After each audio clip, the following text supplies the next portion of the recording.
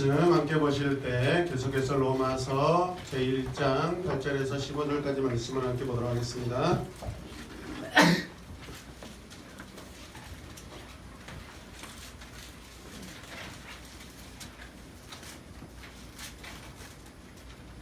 자, 저 여러분들이 한 절씩 교독하겠습니다. 제가 먼저 읽겠습니다. 1장 8절. 나는 먼저 여러분 모두의 일로 예수 그리스도를 통하여 나의 하나님께 감사를 드립니다.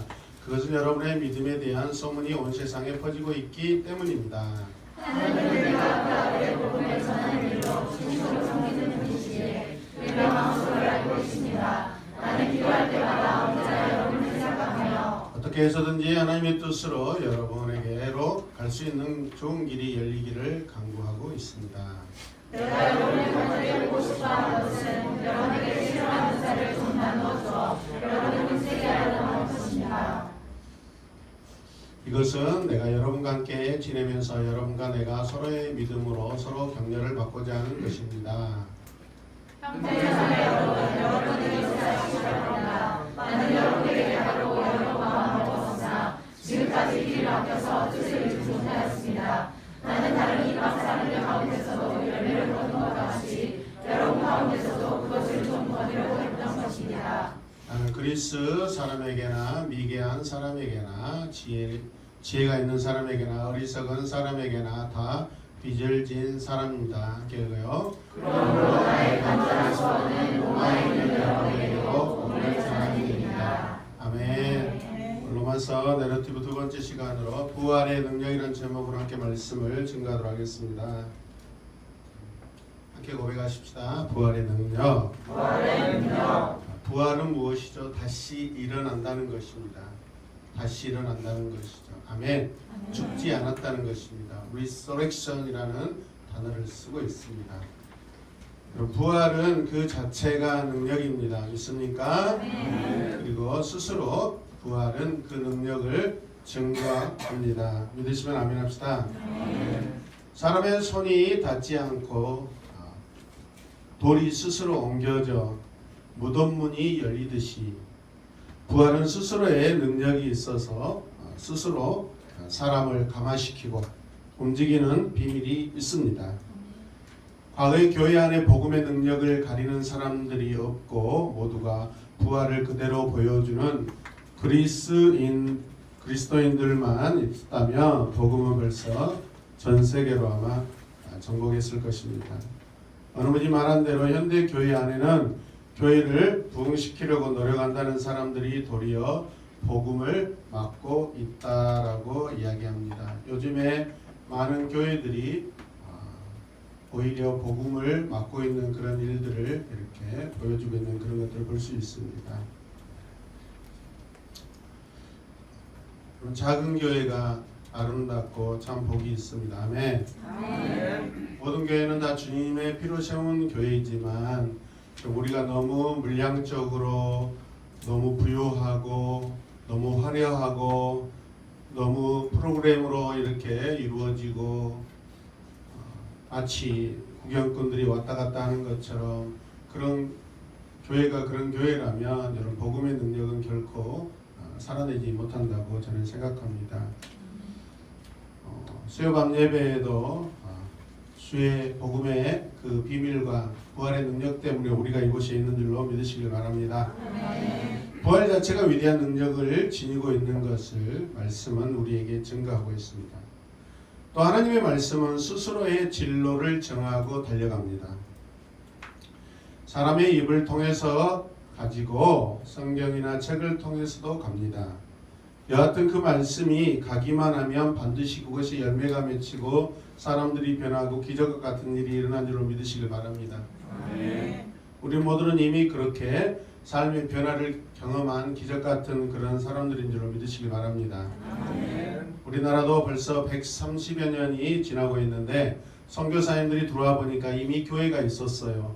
그동안 선교사들이 와서 교회를 많은 나라들은 선교사가 들어가서 교회가 세워지고 복음이 전했지만은 한국 교회는 좀 특별합니다. 여러분 선교사님들이 들어오시기 전에 이미 복음이 들어와 있고 작은 가정교회들이 이미 세워져 있었어요.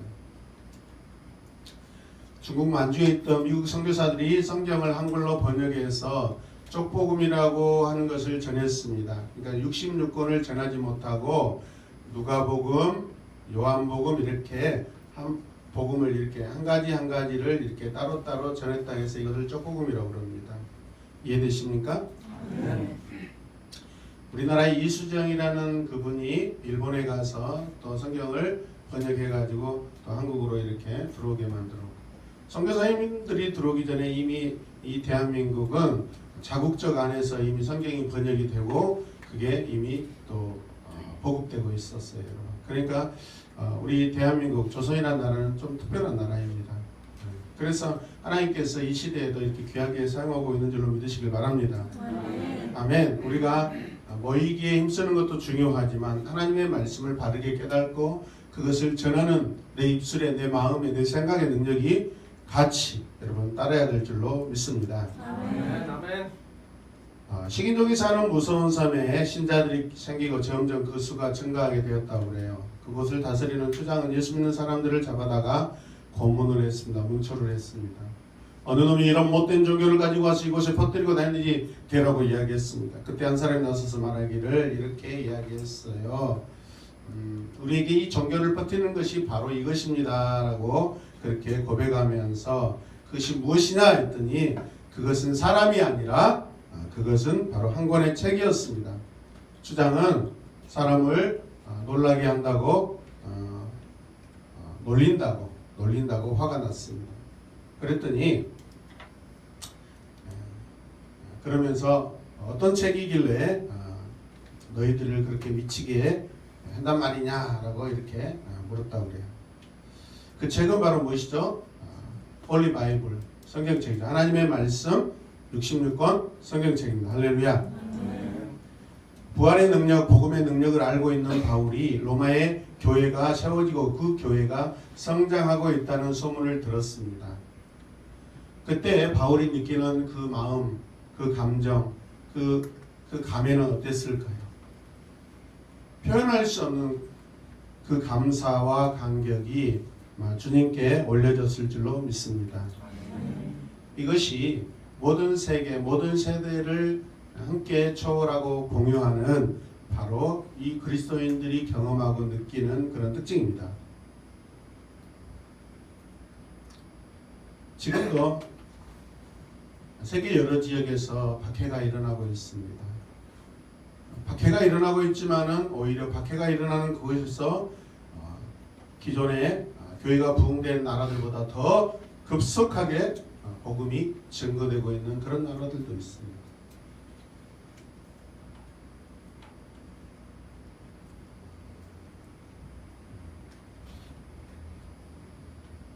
어느 나라는 인도죠. 최근에 세계에서 가장 급속하게 부흥되고 있는 교회가 있어요. 그 교회가 지금 한 40만 명인가 된다고 그래요. 근데 거기 교회는 주일이 되면 몇 년 전이니까 생일 케이크를 주일이면 한 2,000개씩 사가지고 주일에 2,000개씩 사가지고 주중에 교육자들이 생일을 맞이하는 그 주에 생일을 맞이하는 성도들에게 이렇게 그걸 돌린다고 신방할 때 케이크를 돌린다고. 그러니까 음식이 부족하고 넉넉하지 않은 나라이기 때문에 생일 축하만 해줘도 교회가 엄청 부흥된다고 하는 거예요.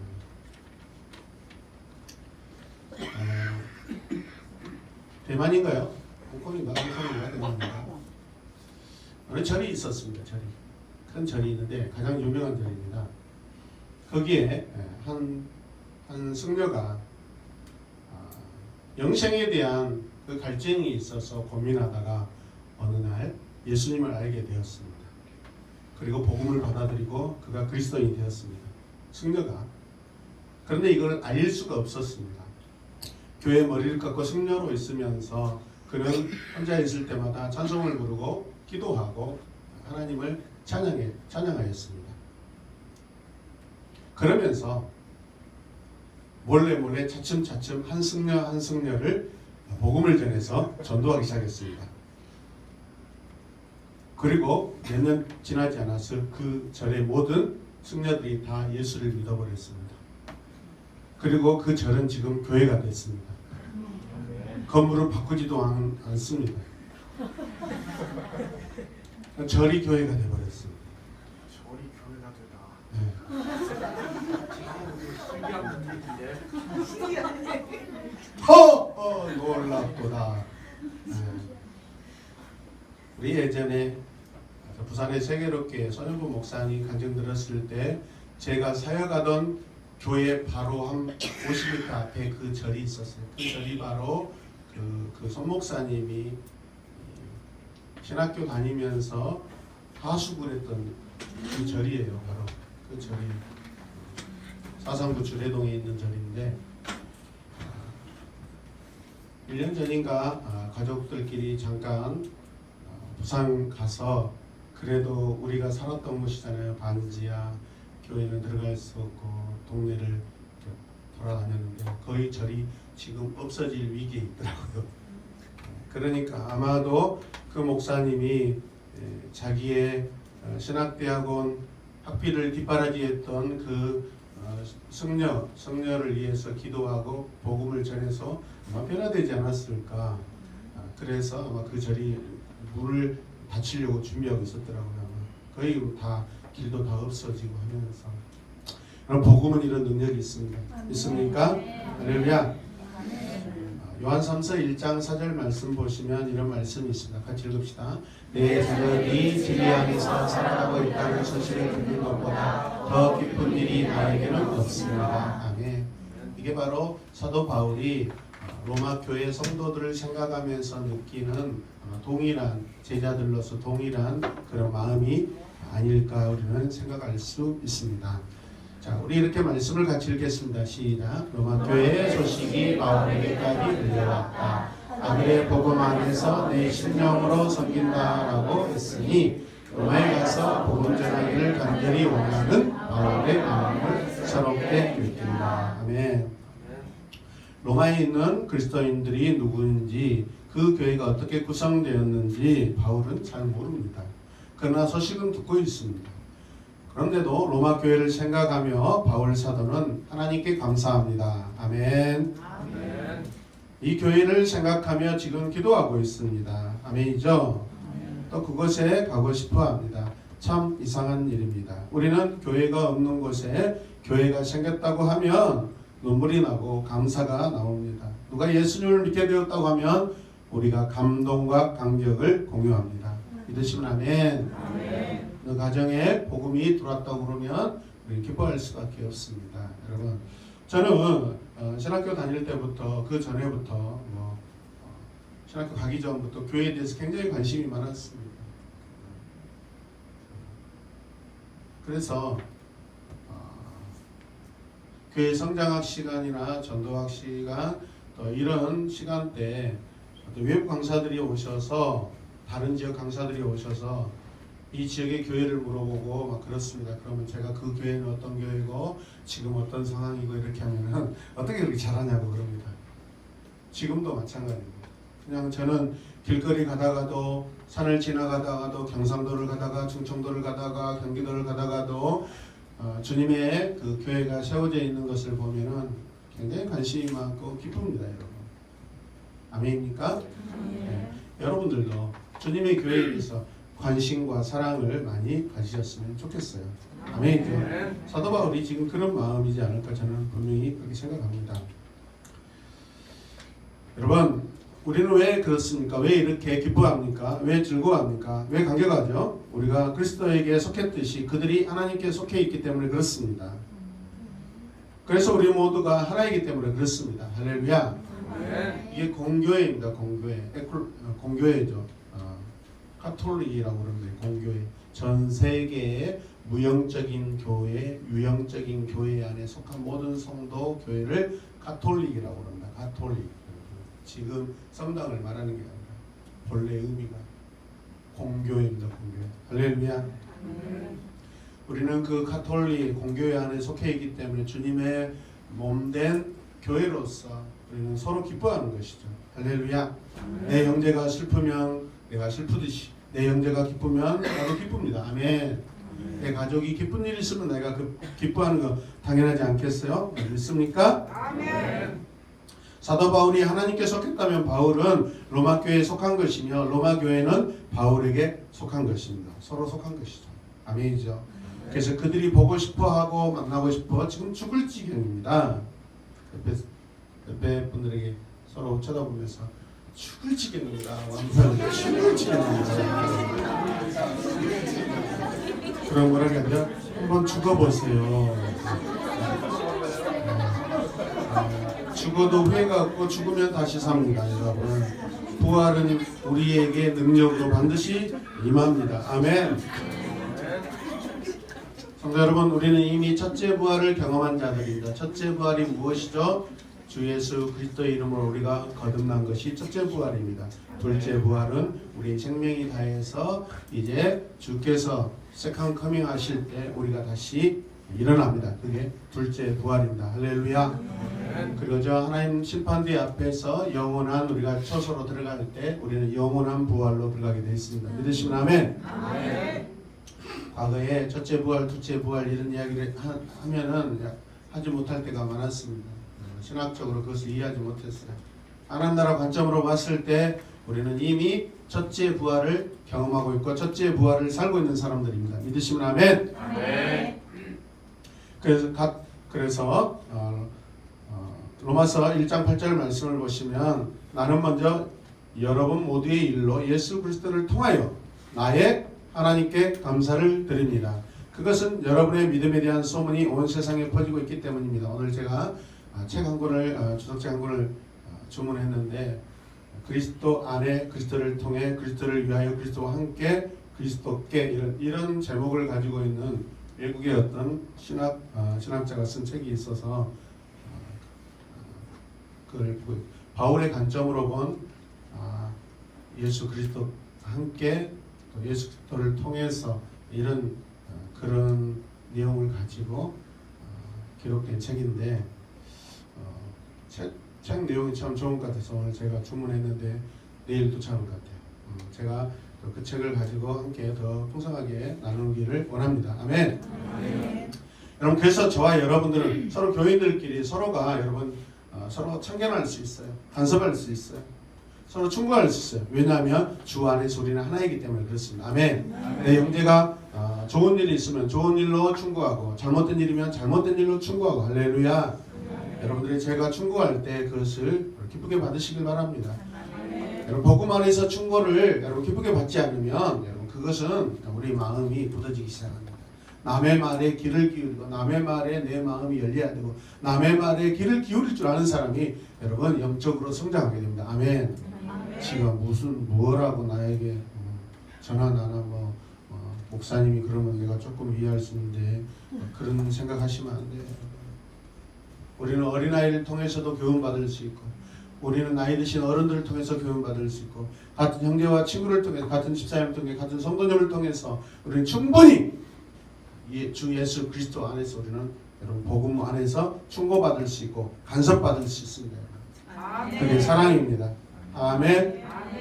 잔소리로 들어서는 안 돼요. 그렇다면 바울이 여러분 왜 기뻐합니까? 기뻐할 필요가 없죠. 그 남의 교회고 다른 지역 교회고 다른 나라 교회인데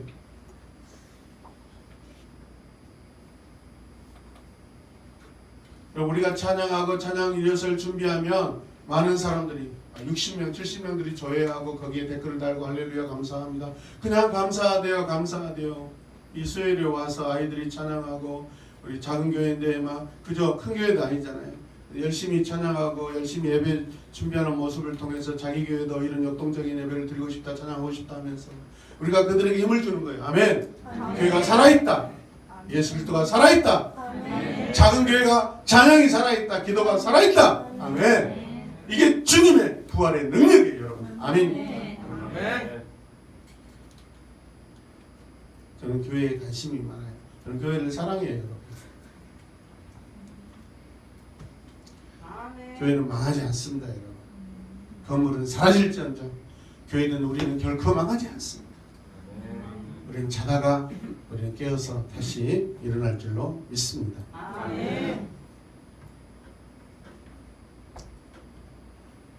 그러나 성도로서 신자로서 도저히 해서는 안 될 일을 한다면 반드시 우리는 서로 간섭해줘야 돼요. 그래서 같은 소그룹 안에서 조금 수상한 일들이 일어날 것 같으면 빨리 전화해서 미리미리 전화해주고 얼른 오세요. 예배 늦어요. 빨리 오세요. 서로 사랑하고 챙기는 거예요, 여러분. 아멘입니까? 가만히 내버려 두면 그거는 아니에요. 사랑으로 받아야 돼요. 나에게 관심을 가져줄 수 있다는 거. 여러분, 사랑은 관심이에요. 관심은 사랑이에요, 여러분. 무관심은 사랑이 아니에요, 여러분. 주님이 우리를 사랑하셨기 때문에, 우리에게 지대한 관심이 있으셨기 때문에 이 땅에 오실 수 있는 거예요, 여러분. 하나님 우리에게 관심을 갖고 계시기 때문에. 관심이 뭐예요? 관계가 지금 끊어지지 않았기 때문에 관심을 주시고 계시는 거예요. 믿으시면 아멘. 여러분, 지나가는 아이들 중에서도 관심이 가는 친구들이 있어요. 그런 친구들에게는 지나가다가도, 여기 보면은 하다가도 아이들 지나가다가 안녕하세요. 근데 제가 먼저 인사해줘요, 아이들에게. 이 아파트 교회 앞에서. 예. 저 인사해서 나쁠 거 없잖아요. 그럼 아이들 지나가다 몰라다 안녕하세요. 어떨 땐 자기 인사해놓고 내가 뭔데 누구한테 인사하고 가지? 자기 스스로 놀라고 가는 애들도 있어요. 제가 누군지도 모르고 그냥 인사해요. 그러면 여지없이 새로운 교회 목사님이야 하고 이야기해줍니다. 앞에 나갔더라도 여러분, 입주민들에게 때로 종종 제가 인사합니다. 인사. 언젠가는 제가 이 교회에 담임 목사라고 알고 있을 텐데 저 사람 인사도 안 하고 참 목이 뻣뻣하네, 그런 소리를 들으면 어떡해요? 복음은 살아있습니다. 할렐루야. 바나바가 안디옥에 가서 우리는 한 말처럼 여러분 뭐라고 그랬어요? 같이 읽으시죠. 여러분 그대로 굳센 마음으로 주님을 의지하고 살아가십시오 라고 했어요. 바나바가. 바울은 지금 로마 교인들을 만나기를 지금 원했을 뿐 아니라 그들에게 나눠줄 것이 있다고 그렇게 고백하고 있습니다. 나눠줄 것이 있대요. 나눠주기만 하는 것이 아니라 그들에게 무엇인가 또 얻고자 한다고 합니다. 그들에게 얻고자 한대요. 이것을 영어로 뭐라냐? share라고 했다. share. 그래서 우리가 나눔한다. 여러분, 소그룹에서 팀장님과 또 집사님들과 성도들, 또 우리 학생들 모임 안에서 나누죠. 그걸 쉐어링이라고 그래. 원어로는 이걸 코이노니아라고 해요. 교제한다. 다시 코이노니아. 교제. 쉐어링. 아멘. 예, 나눈다는 말은 주고받는다라는 것이에요. 서로 주고받는 거예요. 영적인 것을 서로 주고받는 거예요. 그리고 필요한 어떤 물질적인 그런 부족이 있으면 그것도 서로 나눠주는 거예요. 할렐루야. 내 기쁨을 나눠주고 내 아픔과 슬픔을 내 어려움을 나누는 거예요. 그 길을 통과했던 신앙의 먼저 된 자가 그때 내가 어떻게 통과했는지, 그때 내가 어떻게 지나왔는지 그것을 나눠줄 때 소망이 있는 거예요. 통과할 수 있구나. 아멘.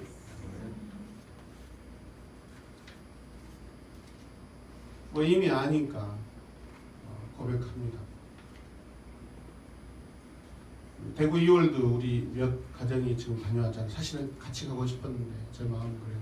못 가는 분들이 있었지만 재밌게 지내고 오고 하여튼 난리, 거기 대구 가고도 난리 법석을 피우고 왔어요.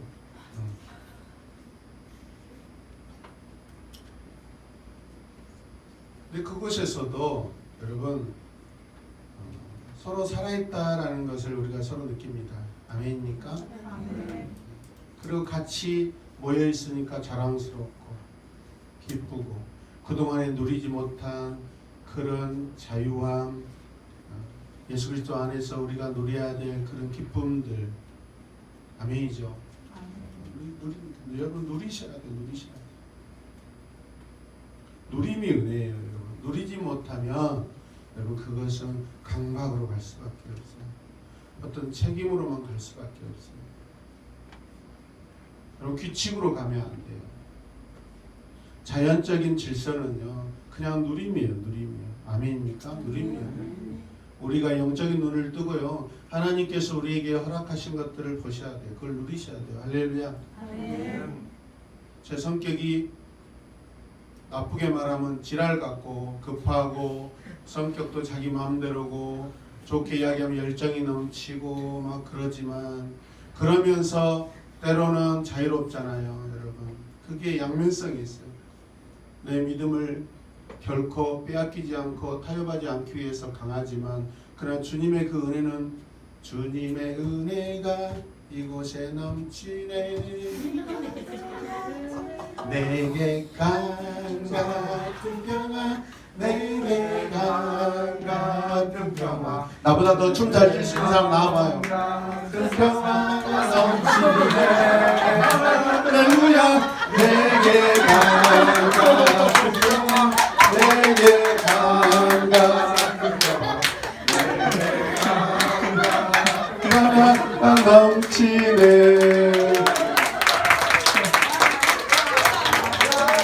이분 오늘 우리 수혜가 처음 나왔는데 이렇게 대박 터뜨리면 어떡해. 인기가 저쪽으로 몰려가기 생겼어요. 그래서 수혜 형제가 이제 수요 밤 예배 새로운 교재가 열리고 있는 거예요. 주일 예배하고 또 달라요. 제가 오늘 저 형제가 들은 것 보고 참 감사하면서 놀라기도 하고 때로는 내 자신에 대해서 한 번 더 평가를 해봤어. 되게 급하게. 수영도 좀 나와. 수영아, 수영도 나와. 맨날 주일날 그랬지 내가. 네. 그때마다 어땠어? 그때마다요? 짜증나고 힘들고 그걸 교회를 옮겨버릴까 막 그런 생각은 안 했죠? 그래도 오늘 그 마음 단단히 먹고 나왔습니다. 그렇지. 아니 참거든요 저는. 네. 쉬는 날이니까 딱 마음의 문이 열리는 것 같아요. 영적으로 사모함이 있어서 사도바울과 같은 그런 마음이지 않겠어요? 목사님 맨날 주일날 되면 자기에게 갑달하잖아요. 막 간섭하고 수협에 나오라고 간섭하고. 근데 제가 일정을 들어보면 새벽 5시에 출근해서 4시, 5시 오니까 피곤하죠 사실은. 얼마나 부지런하고 최선을 다해 살고 있어. 박수 한번 쳐줄까요?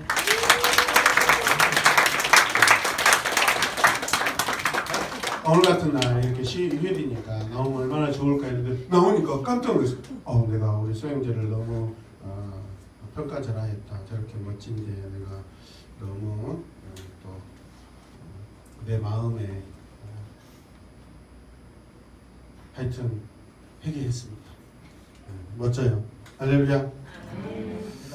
네, 감사합니다. 자, 말씀을 영상합시다. 같이 읽어봅시다. 바울은 여기서 나의 신령이라는 단어를 스피릿으로 사용하고 있다. 얼마나 간절히 섞이면 로마까지 가서 복음을 나누기를 원할까? 또 자기가 보지도 못한 사람들에게 미친다라는 감정을 어떻게 가질 수 있었을까? 스테반과 고개가 했을 것이다. 아멘.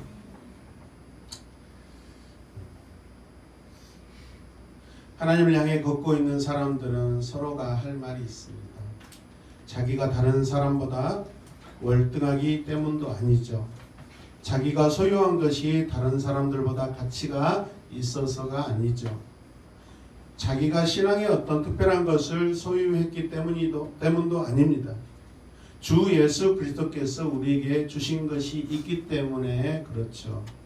아멘입니까? 그분의 이야기를 나눌 수 있다는 것 때문에 우리가 그러는 것이죠. 나의 심령, my heart 그렇게 말하지 않고 스피릿이라고 하는 것은 영적인 것을 말하는 거예요. 아멘입니까? 교회는 영적인 그런 공동체예요. 지금 이 관계는 영적인 발걸음이고 영적인 마음이고 영적인 항로를 가고 있고 영적인 인생을 살고 있는 거예요. 아멘입니까? 영적 비전을 가지고 가는 거예요. 그래서 스피릿이라는 단어를 여기다 쓰고 있는 거예요. 여러분. 아멘입니까? 그냥 일반적인 사람에게 있는 그런 마음을 말하는 게 아니에요. 그렇다면 바울에게는 하나님의 그 마음과 비전과 생각이 지금 가지고 있다는 것을 우리가 알 수 있는 거예요. 아멘이죠? 여러분, 하나님의 마음을 소유했기 때문에 여러분들이 이곳에 있지 않겠어요? 여러분?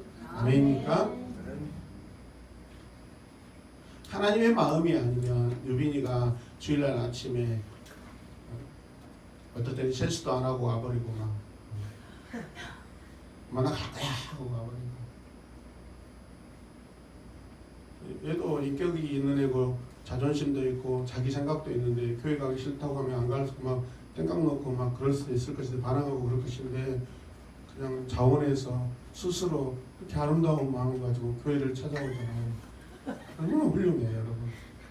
아멘. 아멘이죠.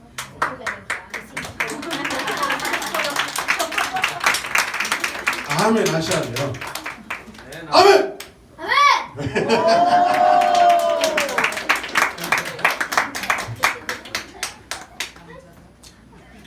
꿈이 뭐예요? 네? 모르겠어요.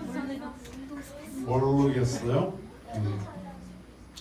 어쨌든 우리가 어떤 전문적인 어떤 직업은 아직 선택되어 있지 않지만 그러나 어떤 직업이든 어떤 모습으로든 너에게 결정되어 있는 꿈은 뭐냐면 선교사예요. 할렐루야. 의사로서 선교하고 변호사로서 선교하고 아멘. 검사로서 선교하고 예술인으로서 선교할 것이고 경제인으로서 선교할 것이고 학자로서도 선교할 것이고 일반 직장인으로서 선교할 것이고 연구원으로서도 선교할 것이고 할렐루야. 이런 나에게 아직 어리기 때문에 구체적인 그런 세상 직업은 아직 정해지지 않았지만 그러나 정해진 그 직업 모든 것들을 통해서 가운데 구심점은 뭐냐면 내가 선교사예요. 이 땅에서. 할렐루야. 맞죠? 네. 그렇게 고백했어요. 지난번 유치원 때 졸업식 때 나는 나의 꿈은 선교사 했더니 아버지가 보고 기겁을 하고 미쳤냐 너희 새끼야. 근데 너는 바울 고백처럼 나 예수께 미친 사람이야. 너는 잘하고 있는 거예요. 할렐루야. 네. 우리가 그분으로 인해 느끼는 평안과 기쁨과 감사가 있습니다. 은혜가 있습니다. 그것을 서로 나누는 것입니다. 아멘. 내 것을 나누는 것이 아니죠. 주님이 준 것을 나누는 것입니다. 주님으로 인하여 나타나고 있는 것들을 사도 바울은 나누고 싶은 거예요. 아멘. 그리고 그곳에 로마 교회 성도들에게 지금 일어나고 있는 영적인 그 기쁨과 은혜와 또 때로는 당하고 있는 박해 그것들을 바울이 가서 듣고 바울도 그걸 통해서 위로받고자 하는 거예요. 이해되시면 아멘. 신앙이라는 것은 참으로 우리가 나눌 때 더 귀해진 줄로 믿으시기 바랍니다. 여러분 막 나누세요. 자존심 다 내려놓고 나누세요. 내 바닥이 드러나야 내가 성장할 수 있어요. 여러분 내가 다 오픈해야 건너편에 있는 상대방도 오픈해 주십니다. 오픈하지 않으면 절대 여러분 그것 때문에 내 믿음이 성장하지 않아요. 나누시고 오픈하시고 성장하시길 바랍니다. 같이 읽읍시다. 바울의 마음속에 전도에 대한 불을 놓은 사람이 있는데 그는 누구예요? 스데반입니다. 스데반. 바울은 스데반 때문이라도 그는 지금 이 복음을 죽음을 불사하고 지금 전하고 있는 거예요. 내가 스데반을 죽이지 않고 내가 다른 통로로 예수를 알았으며 스데반은 지금 어느 다른 곳에 가서 스데반은 분명 여러분 세계 선교에 하나님께서 준비해 놓으신 그런 영적인 사람이에요. 스데반은 예루살렘 지역에서 선교할 자가 아니에요. 흩어져서 선교할 자인데 바울 그가 스데반을 죽이는 일에 앞장섰고 주도자였어요. 책임자였어요. 그가 죽인 거예요. 사실 자기가 죽이지 않았다면 스데반 자기처럼 하나님의 말씀 구약에서 모든 말씀을 통달하고 있는 이 위대한 신앙의 위인이 지금 함께 복음을 전할 때 더 놀라운 주 예수 그리스도의 교회가 세워지고 복이 미친 것들 때문에 너무 안타깝게 생각하고 있는 거예요. 그래서 사무치게 스데반에게 죄송하고 미안하고 그리스도께 죄송하고 스데반의 죽음을 헛되지 하지 않기 위해서 사도 바울이 스데반의 삶을 살고 있는 거예요. 이해되시면 아멘 합시다. 스데반의 죽음이 바울 마음속에 지금 전도의 불이 붙어 있습니다. 스데반은 이방 전도의 꿈을 가지고 있었던 자였습니다. 사도행전 7장 48절에서 49절 말씀을 보시면 그게 기록되어 있습니다.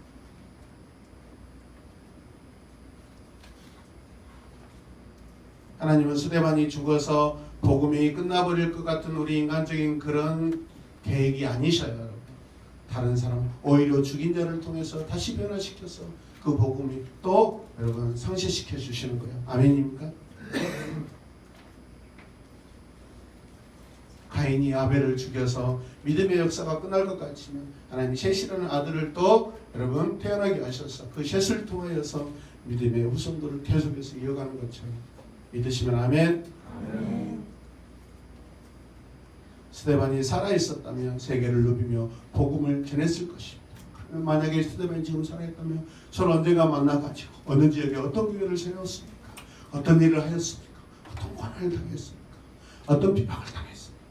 저도 여기까지 오는 동안 어떤 교회를 세웠고 어디 교회를 세웠고 그러면서 그 과정 가운데 제가 당하는 아픔들과 비판이 이러했습니다. 서로 나눌 때 영적인 동지로서 그 마음이 얼마나 감사하고 그렇게 주님이 하신 것을 제가 제 눈으로 제 마음으로 제 삶에서 간증합니다.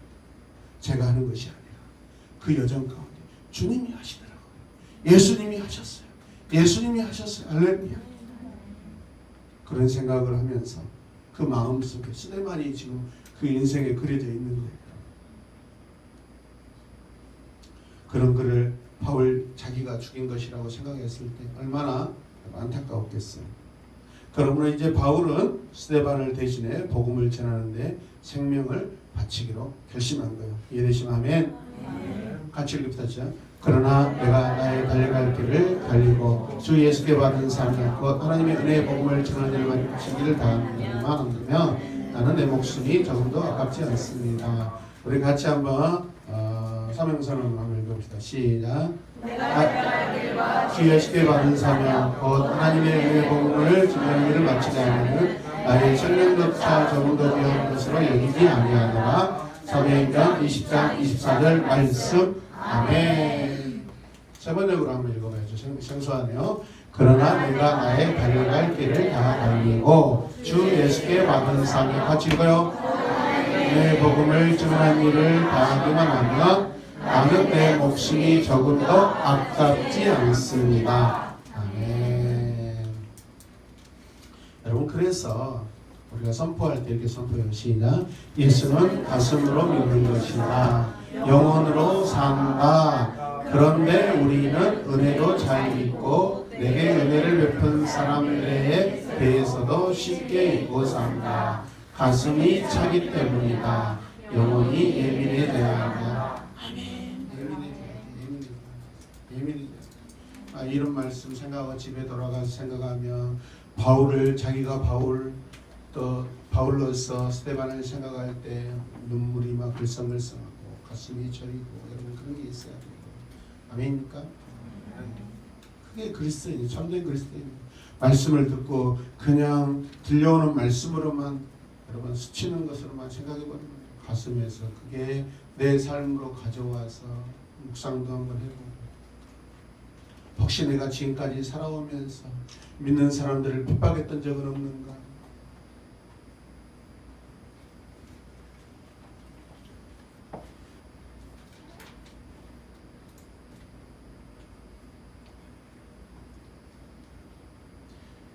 목포에 가면 이년 선배님이 순복음교회 목사님이 되셔서 저에게 전도도 해줬고 저에게 기도도 해줬고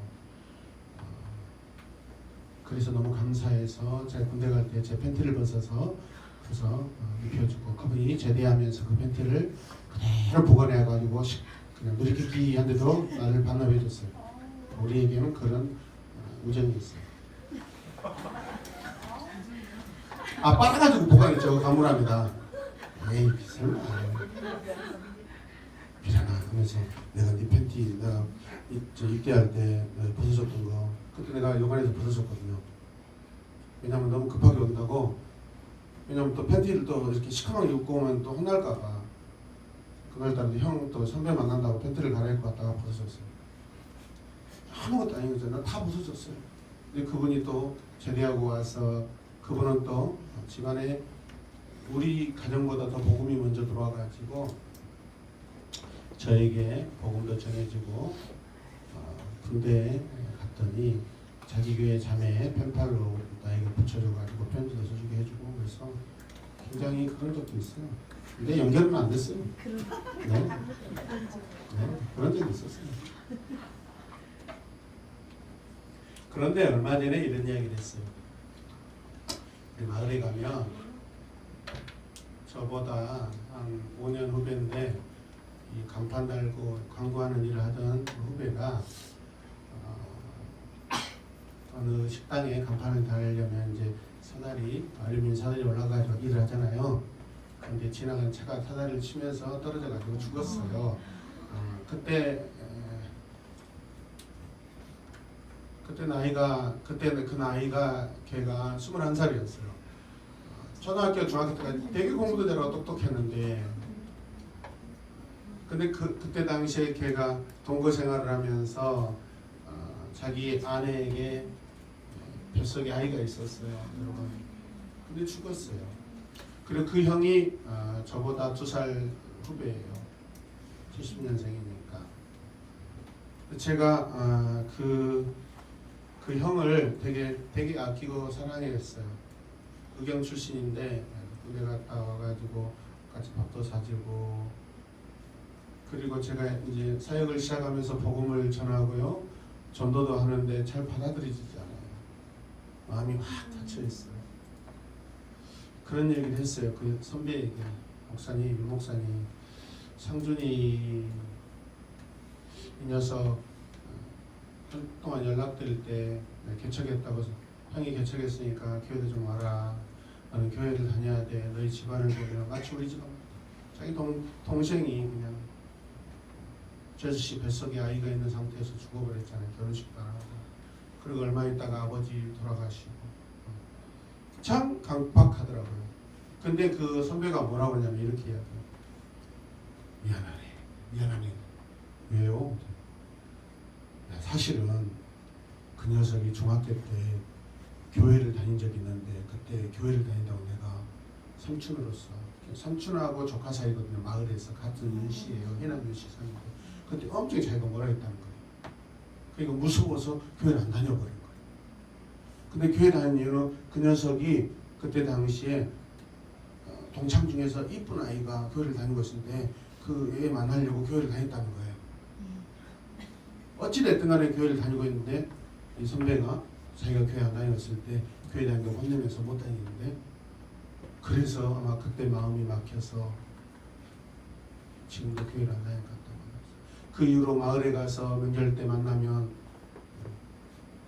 조카 교회 다닙시다. 그 선배님은 동생 조카들이어도 그냥 저한테도 김 목사님 여기 옆에 교회 목사님하고도 굉장히 친해요. 김 목사님 교회 다닙시다. 되게 상냥하셔요. 친절하셔요.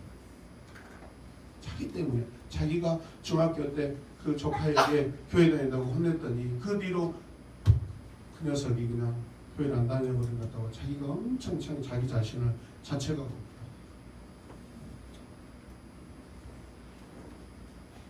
여러분 우리 스스로 그런 부분들을 한번 생각해 보세요. 나 때문에 교회를 못 다닌 친구들이 분명히 있어요.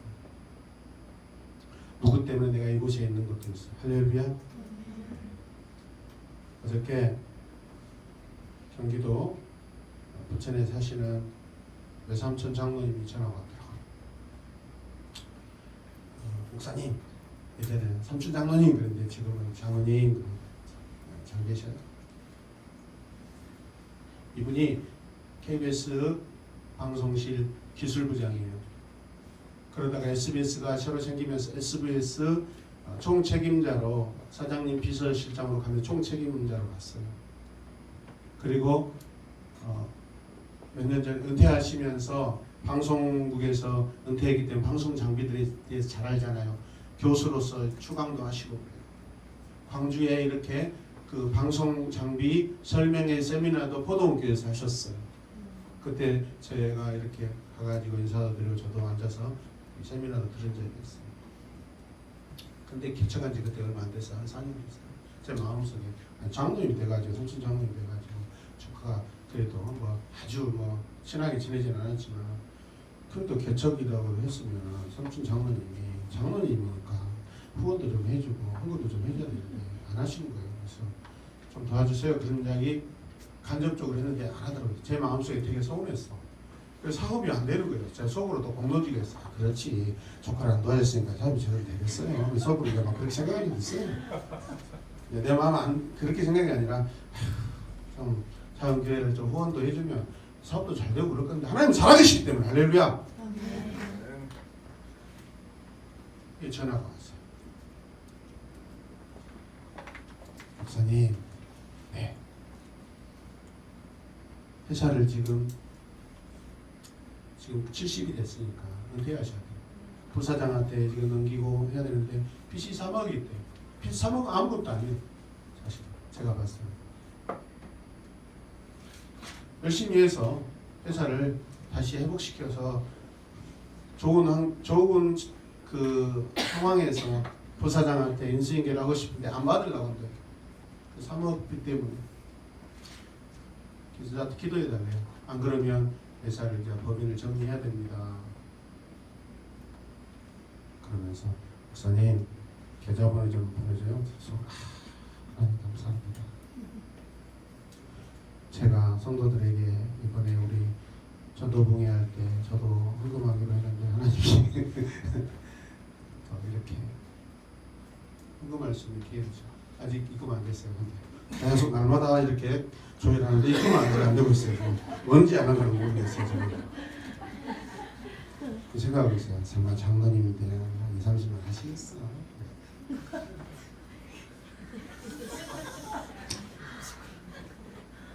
여러분 저 돈도 안 벌지만 하나님을 기도하면 어떤 방법으로든 사람을 감동시켜서 여러분 후원하게 하시고 마음의 소원을 이루게 하셔요. 여러분 믿으시면 아멘. 그런데 뭐라고 하세요?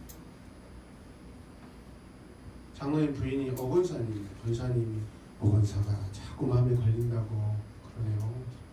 그러지 나도 서운하게 느꼈는데 영적으로 이렇게 고통하는데 그거 모르는 사람도 아니지 당연한 거지. 지금 몇 년 차인데 지금 내가 지금 내 마음속에 간직하고 있는데 여러분 회사 다 잘 나갈 때요 1년 매출이 수십억이었어요. 1만 명간 되는 그런 교회 방송 장비가 몇 억같이 들어가요. 잘 나갈 때는 왜 새롭게 생각 안 했냐고. 이제 와서 회사가 망할 지경이니까 이렇게 망하든 저렇게 망하든 그 있는 돈 얼마라도 차라리 조카 목사님 교회에다가 후원하고 하나님한테 여러분 면책이라도 세야죠. 여러분 그런 마음이 든 거예요. 알겠어요? 혹시 망해도 작은 교회 얼마 후원이라도 하고 망하면은 하나님 앞에 그래도 양심이라도 조금 저는 그 생각을 했어요. 인지해야지. 이제 마지막 단계에 오니까 인재사 센스가 제대로 돌아오시네. 진작 그렇게 하셨으면 얼마나 좋아. 1년에 한 1,000만 원씩 500만 원씩 헌금했으면 얼마나 좋아. 안 해도 우리 교회는 그냥 살아가요. 할렐루야. 영적인 비밀을 알아야 돼요. 여러분 사업하시는 분들 크게 놓으셔요. 여러분 짜잘짜잘하게 놓으시면 안 돼요. 여러분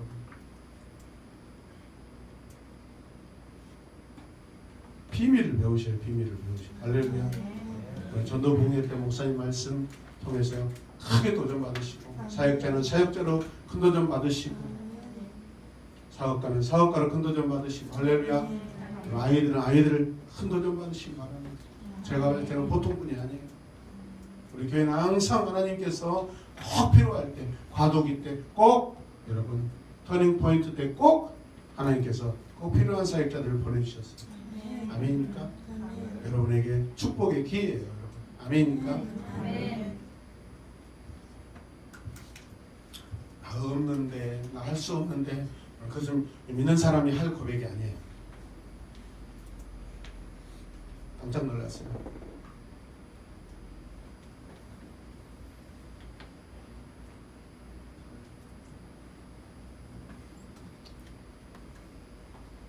하고 싶은 이야기가 하나 있는데 괜히 또 오해될까봐 안 하겠습니다. 같이 읽읍시다. 시작. 나는 그리스 사람에게나 미디안 사람에게나 지혜가 있는 사람에게나 어른성인 사람에게나 다 믿어진 사람입니다. 그러므로 나의 깡그라서 로마에 있는 이름으로 복음을 드립니다. 아멘. 아멘. 빚진 마음으로 살아야 돼, 여러분. 은혜가 없으면 내가 은혜의 빚을 졌다고 생각하지 않아요. 은혜를 많이 경험하고 은혜를 많이 묵상하시고 그것을 누리는 사람은 그만큼 내가 하나님께 정말 은혜의 빚을 많이 지고 살았구나라고. 할 수 없으면 기도하세요. 헌금할 돈이 없으면 기도하세요. 이곳에서 나오셔서 기도하세요. 하나님이 그냥 하늘에서 뚝 주셔요, 여러분. 그런 능력이 있으시 하나님. 그런다고 내일부터 직장 안 가고 다 몰려와서 기도하는 일이 없길 바랍니다. 하여튼 여러분들은 또 저보다 기도를 많이 하는 사람들이기 때문에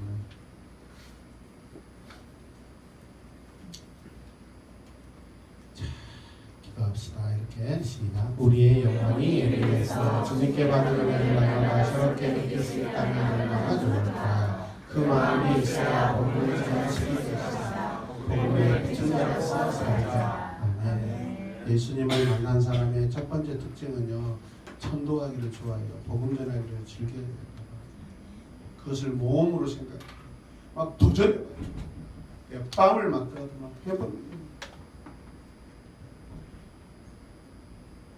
지나가는 막 중에게 예수 믿으라고 안 그러면 지옥 간다고 회군동 사거리에서 제가 그랬는데 중이 네 알겠어요 하고 내가 놀랐어요. 우리 같으면 중이 와가지고 부처를 믿으시 뭐 이 새끼야 하면서 그래서 근데 너무 넉넉하게 가길래 저 뭐지? 저 단수가 어떻게 되는 거야?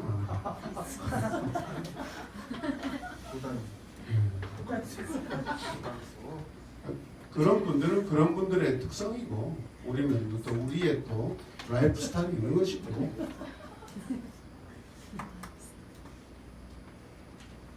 전도사 때 그렇게 해봤어요. 중에게 복음 한번 전해봅시다. 전도 한번 해봅시다. 갑시다. 전도사님 동기가 나한테 진짜 가실래요? 갑시다. 막 처음 짝짝짝짝짝 그러고 스님 예수 믿으셔야 됩니다. 그래야 정말 예 걱정